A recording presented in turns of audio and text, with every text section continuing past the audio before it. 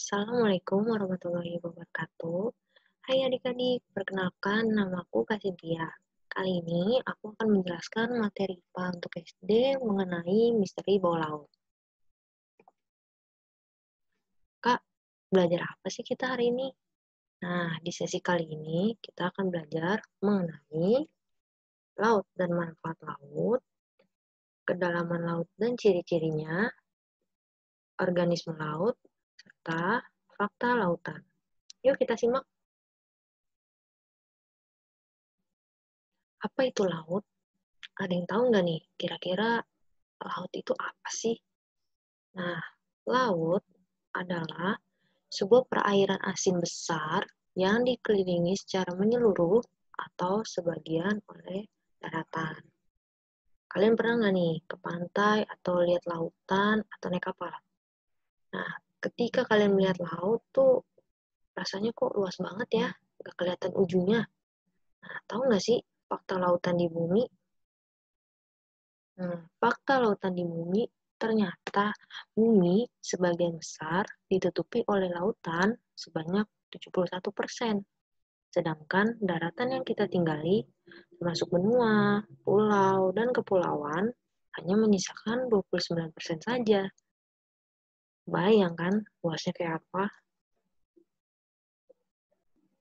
Nah, lautan juga punya 4 zona tingkat kedalaman, yaitu ada zona pasang surut, zona litoral, zona laut dangkal, zona neritik, zona laut dalam, zona batial, dan terakhir zona laut sangat dalam yaitu zona abisal. Zona litoral. Zona litoral adalah zona pasang surut. Zona yang tidak mempunyai kedalaman atau 0 meter, langsung terpapar sinar matahari dan mempunyai suhu sekitar 25 Celcius. Nah, makanya nih, di zona ini banyak banget organisme yang hidup karena langsung terkena sinar matahari atau cahaya matahari. Seperti di pantai dan sekitarnya, tapi belum sampai ke tengah laut atau laut dangkal. Nah, organismenya apa aja sih, Kak? Nah, kita cek. Ada bintang laut, ada juga tumbuhan bakau, ada kepiting juga, nah sama kelomang satu lagi. Nah, biasanya untuk tumbuhan bakau itu hidupnya di daerah pesisir atau air payau. Nah, manfaat zona litoral apa aja sih? Pertama, itu sebagai tempat wisata seperti Pantai Ancol, wisata Pulau Seribu, dan wisata lain-lain yang sekitar pantai. Nah, yang kedua, nggak jauh dari daerah pesisir, ada petani garam nih. Petani garam itu menambak garam untuk dijual, tapi hanya daerah pesisir tertentu yang bisa dibuat tambak garam. Yang ketiga, ada ekosistem mangrove, seperti hutan bakau. Nah, penting nih dia ditumbuhi hutan bakau atau ditanamnya hutan bakau. Karena hutan bakau ini fungsinya untuk mengurangi pengkikisan pantai yang disebabkan oleh gelombang laut atau pasang surut laut yang biasa disebut juga abrasi. Selanjutnya ada zona neritik. Zona neritik adalah zona laut dangkal. Zona yang memiliki kedalaman 50 meter hingga 200 meter. Pada kedalaman zona neritik, cahaya matahari mudah masuk. Zona ini memiliki suhu 10 Celcius. Ada yang tahu nggak nih gedung apa? Nah, ini gedung Wisma 46. Gedung ini termasuk salah satu gedung tertinggi di Jakarta dengan tinggi sekitar 200 meter. Nah, bayangin aja nih, kedalaman lautnya setinggi gedung Wisma ini.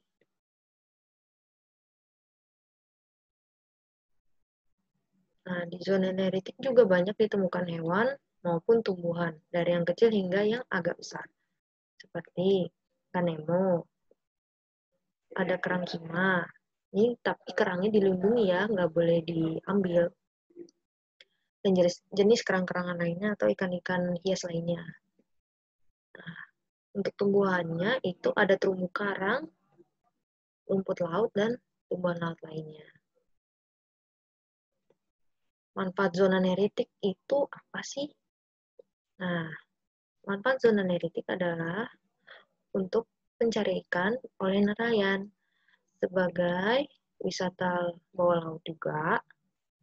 Terus ada budidaya terumbu karang untuk menjaga ekosistem laut dan juga untuk rumah ikan serta budidaya kerang mutiara. Selanjutnya kita udah mulai masuk nih ke laut yang lebih dalam lagi, yaitu zona batial. Zona batial adalah zona laut dalam, zona yang memiliki kedalaman berkisar 200 meter hingga 2000 meter. Pada zona batial, cahaya matahari yang masuk hanya sedikit. Zona ini memiliki suhu yang rendah mencapai 4 Celcius. Nah, ada yang tahu nggak nih, ini gunung apa? Nah, ini gunung namanya Gunung Andong. Gunung Andong terletak di Magelang dan ketinggiannya mencapai 1463 meter. Kedalaman laut di zona batial setara dengan ketinggian Gunung Andong. Kebayangkan dalamnya kayak apa dan tingginya seperti apa gunung ini. Nah, di zona batial ini nggak banyak tumbuhan yang bisa ditemuin karena cahaya matahari yang masuk itu sedikit. Dan di zona ini juga adik-adik akan nemuin hewan seperti ikan paus, ikan hiu, gurita, dan hewan-hewan besar lainnya.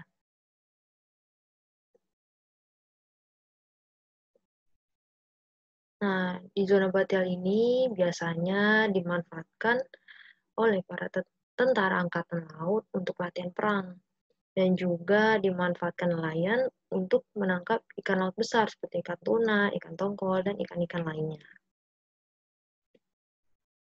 Sekarang kita masuk ke lautan yang lebih dalam lagi, yaitu zona abisal. Zona laut abisal adalah zona laut sangat dalam. Zona ini memiliki kedalaman lebih dari 2000 meter. Pada zona abisal, cahaya matahari tidak dapat masuk.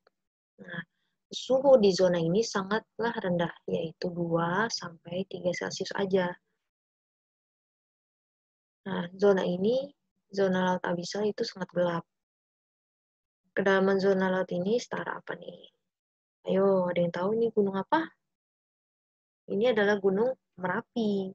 Gunung Merapi itu tingginya 2.900 meter. Nah, kedalaman zona laut ini setara dengan 2 kali, bahkan bisa 3 kali Gunung Merapi. Mungkin bisa lebih. Bayangkan sedalam apa zona abisal. Nah, di dalam zona abisal ini, ada hewan nggak sih? Ternyata ada. Hanya hewan tertentu saja yang bisa hidup dan beradaptasi dengan lingkungan ini. Seperti apa nih ikannya? Ada ikan fengtut, ikan semut ganda, cumi-cumi kecil transparan, dan ubur-ubur. Namun, tidak ditemukan tumbuhan laut yang hidup di zona ini. Karena cahayanya nggak masuk kan. Nah, pemanfaatan zona abisal ini antara lain ada untuk sumur bor minyak laut lepas.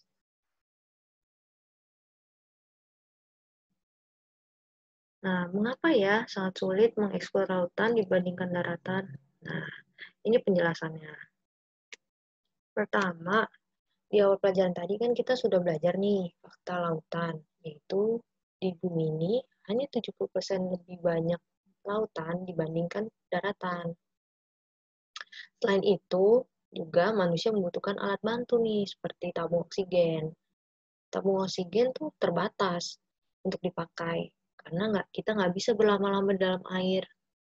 Ya kan? Karena kita juga manusia itu bernafas menggunakan paru-paru. Yang kedua, sulitnya bergerak di dalam air, serta banyak hewan predator yang bisa menyerang kapanpun. Serta semakin dalam lautan, semakin tinggi juga tekanan airnya. Nah, air bisa kita ibaratkan sebagai satu karung beras nih. Nah, adik-adik contohnya pegang satu karung beras. Ketika adik-adik jalan beberapa meter ke depan, ditambah lagi satu karung beras. Sekarang adik-adik lagi pegang 2 karung beras. Nah, sekarang adik-adik jalan lagi, ditambah lagi satu karung beras, tambah jadi 3, dan 4, 5, seterusnya, selama adik-adik berjalan. Itu rasanya ketika kalian menyelam ke lebih dalam lagi dan merasa sesat. Nah, yang ketiga, dibutuhkan alat-alat teknologi yang mutakhir nih untuk mengeksplor lautan, seperti kapal selam dan alat-alat teknologi lainnya. Karena lautan sangat luas dan dalam. Butuh waktu bertahun-tahun lamanya untuk menjelajahi seluruh lautan. Nah, tahukah kamu laut terdalam di dunia? Ada yang tahu nggak sih? Ada yang tahu nggak nih laut apa sih yang terdalam? Nah, ada Palung Mariana. Palung Mariana atau seringkali disebut sebagai Mariana Trench merupakan jurang yang berada di dasar laut. Lebih tepatnya di timur Pulau Mariana Barat, Samudra Pasifik. Mariana Trench sendiri merupakan istilah bagi sebuah perairan yang paling dalam di bumi. Nah, bentuknya kayak gini nih. Lingkaran, warnanya biru tua ya, gelap, karena kedalamannya sangat dalam sekali. Nah, palung ini membentang sepanjang 2.550 km dengan lebar 63 meter dengan kedalaman hingga 11 km yang masih banyak menyimpan misteri tersembunyi di dalamnya. Nah, Palung Mariana ini setara dengan 2 kali tinggi Gunung Puncak Jaya Papua. Nah, Puncak Jaya Papua memiliki ketinggian 4.884 meter. Bayangkan sedalam apa Palung Mariana. Nah, di dasar paling dalam kedalaman Palung Mariana sama seperti zona abisal. Hanya ditemukan hewan-hewan yang bisa hidup di tekanan zona laut abisal. Kesimpulannya, laut adalah sebuah perairan asin besar yang dikelilingi secara menyeluruh atau sebagian oleh daratan. Yang kedua, kedalaman laut terdiri dari 4 zona. Zona litoral, zona neritik, zona batial, dan zona abisal. Ketiga, semakin dalam zona lautan, semakin sulit cahaya matahari masuk atau bisa dibilang gelap. Semakin gelap ke dalam. Semakin tinggi juga tekanan dalam air. Suhu semakin dingin dan organisme laut semakin sedikit. Yang keempat, tanpa didukung alat bantu, manusia akan kesulitan mengeksplorasi lautan. Contoh penyelam, kapal selam, dan alat-alat teknologi sebagainya. Nah, sekian dan terima kasih adik-adik sudah menyimak sesi pelajaran kali ini dari kakak. Semoga ilmunya bermanfaat untuk kalian ya. Wassalamualaikum warahmatullahi wabarakatuh.